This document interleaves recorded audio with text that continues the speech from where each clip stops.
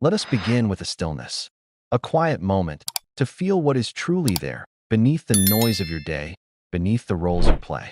We are going to speak of a force that is perhaps the most misunderstood, the most judged, the most powerful navigational tool you possess. We are going to speak of desire, not the casual liking, not the passing glance, but the deep, magnetic, sometimes frightening pull that seems to come from a place before thought. The kind that rearranges your internal furniture. The kind that feels less like a choice and more like a remembering. For so long, you have been taught a story about this force.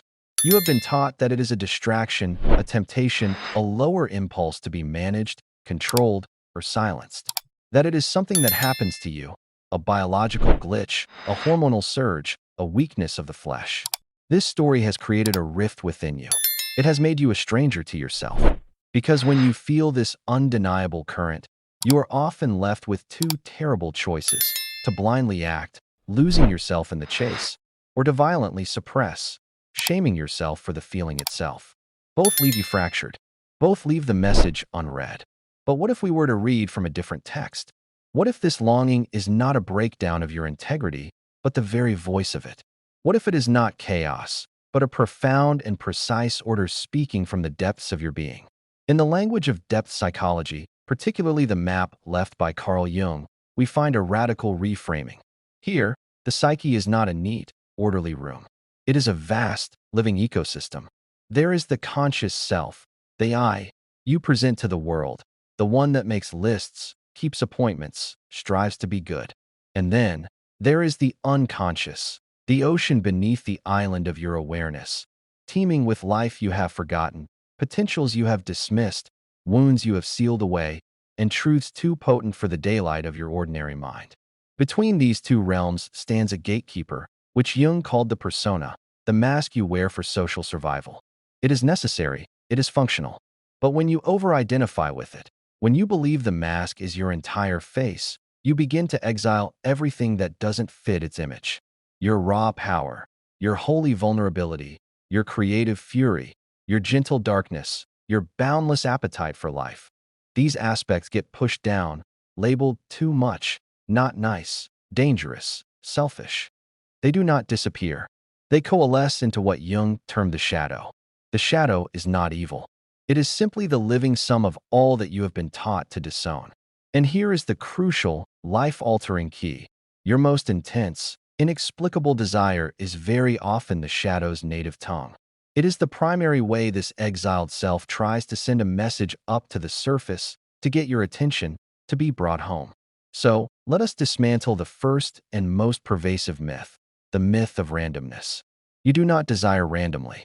When you see 1,000 faces in a day and only one makes the world fall away, when a particular presence in a room changes the very quality of the air you breathe, this is not an accident of aesthetics or charm.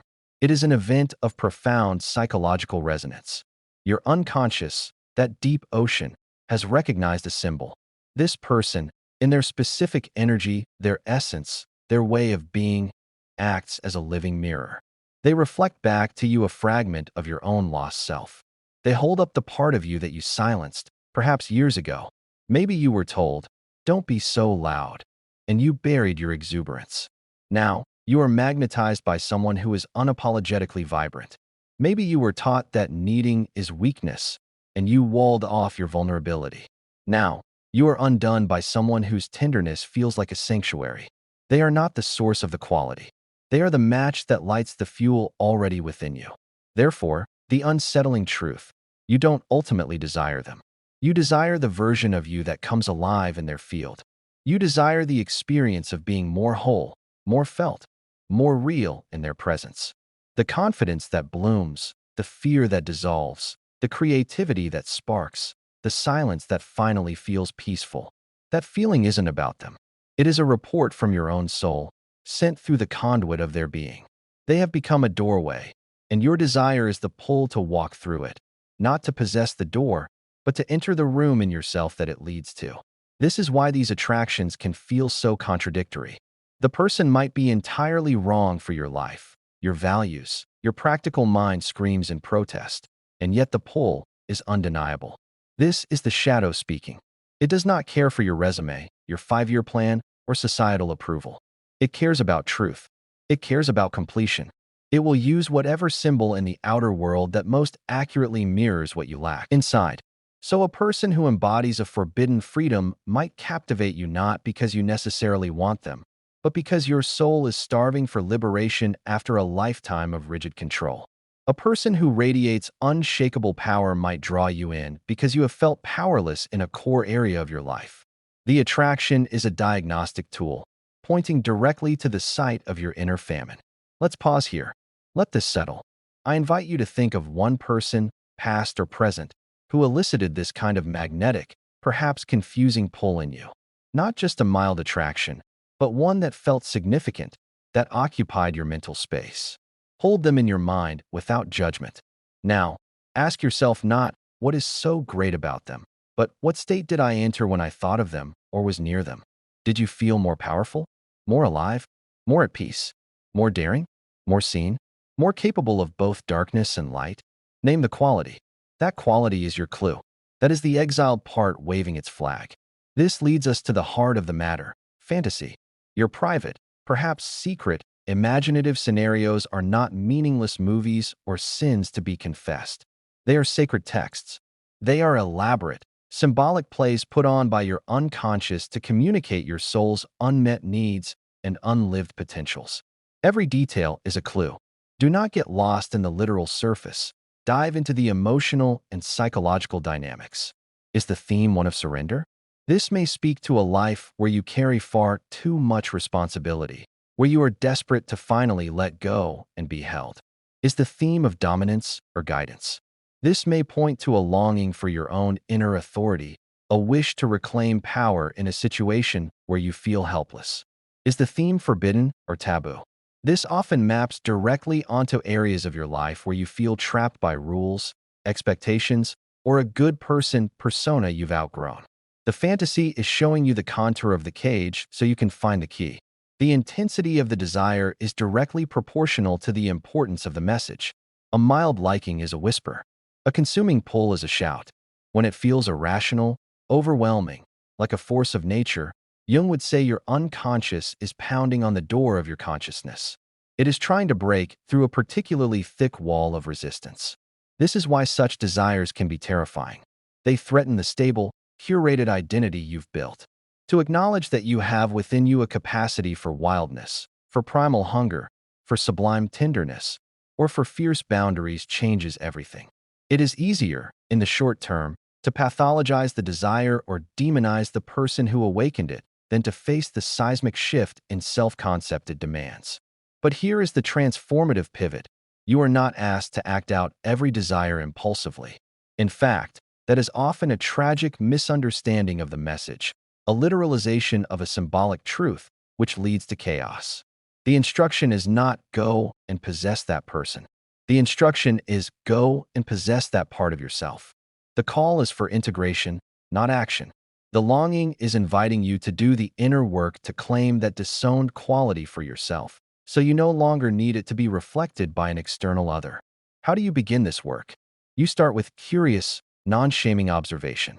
You become an anthropologist of your own longing. Keep a private journal. When a strong attraction or fantasy arises, document it. Then, interrogate it with compassion. What was the core feeling? Power? Safety? Freedom? Rebellion? Nurturance? Devotion? Then, ask, where in my current life am I starving for this feeling? When did I first learn to disconnect from this part of myself? What would it look like to embody a healthy expression of this quality in my life, right now, independent of anyone else? For example, if your desire is sparked by someone who seems radically free, your work is not to chase them. Your work is to ask, where do I feel trapped in my life? What is one small, concrete step I can take toward my own freedom? A difficult conversation? A creative project? A boundary I need to set? If you are drawn to someone of immense strength and calm, your task is to cultivate your own inner fortress through practices that build self-trust and resilience. You feed the hunger from the inside. As you do this, a miraculous thing happens. The desperate, magnetic pull toward the external person often begins to soften, not because the person was bad, but because their job as a symbol is complete. You have taken back the projection.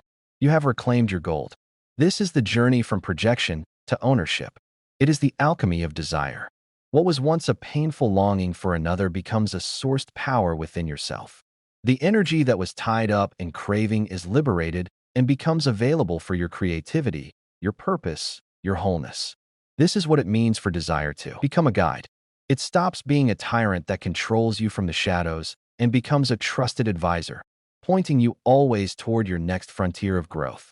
And this work, this deep listening, is ultimately an act of supreme love, not for another, but for the fragmented self. It is a homecoming.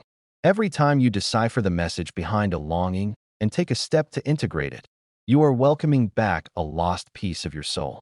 You are becoming more substantial, more real, less dependent on external validation or completion. You are building an inner marriage where your conscious self and your unconscious self begin to communicate, not as master and slave, nor as sinner and saint, but as partners in the great work of becoming who you truly are. So let us end where we began, in a deeper stillness. Now, feel into your own psyche. Listen for the whispers, the tugs, the memories of magnetic pulls. Do not fear them. Do not shame them. See them for what they are: love letters from your forgotten self, maps to buried treasure, invitations to wholeness. Your desire is not the problem. It is the path. The question that now sits before you, in the quiet of your own heart, is this: are you ready to stop chasing the reflection in the water and instead turn to face the luminous, complex, and waiting being casting it? If this journey into the depths resonated with you, if it spoke to a knowing you've always felt but couldn't name, then this is your sign to go deeper.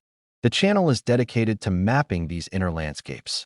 If you want more content that challenges the surface stories and guides you back to your own truth, please consider subscribing.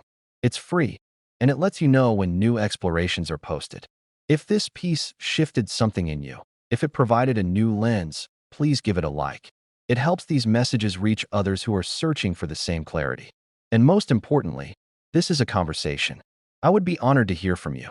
In the comments below, tell me, after sitting with this, what is one quality, one part of yourself that your deepest longings have pointed you toward? What is one small way you could begin to welcome it home this week? Your insight might be the mirror someone else desperately needs.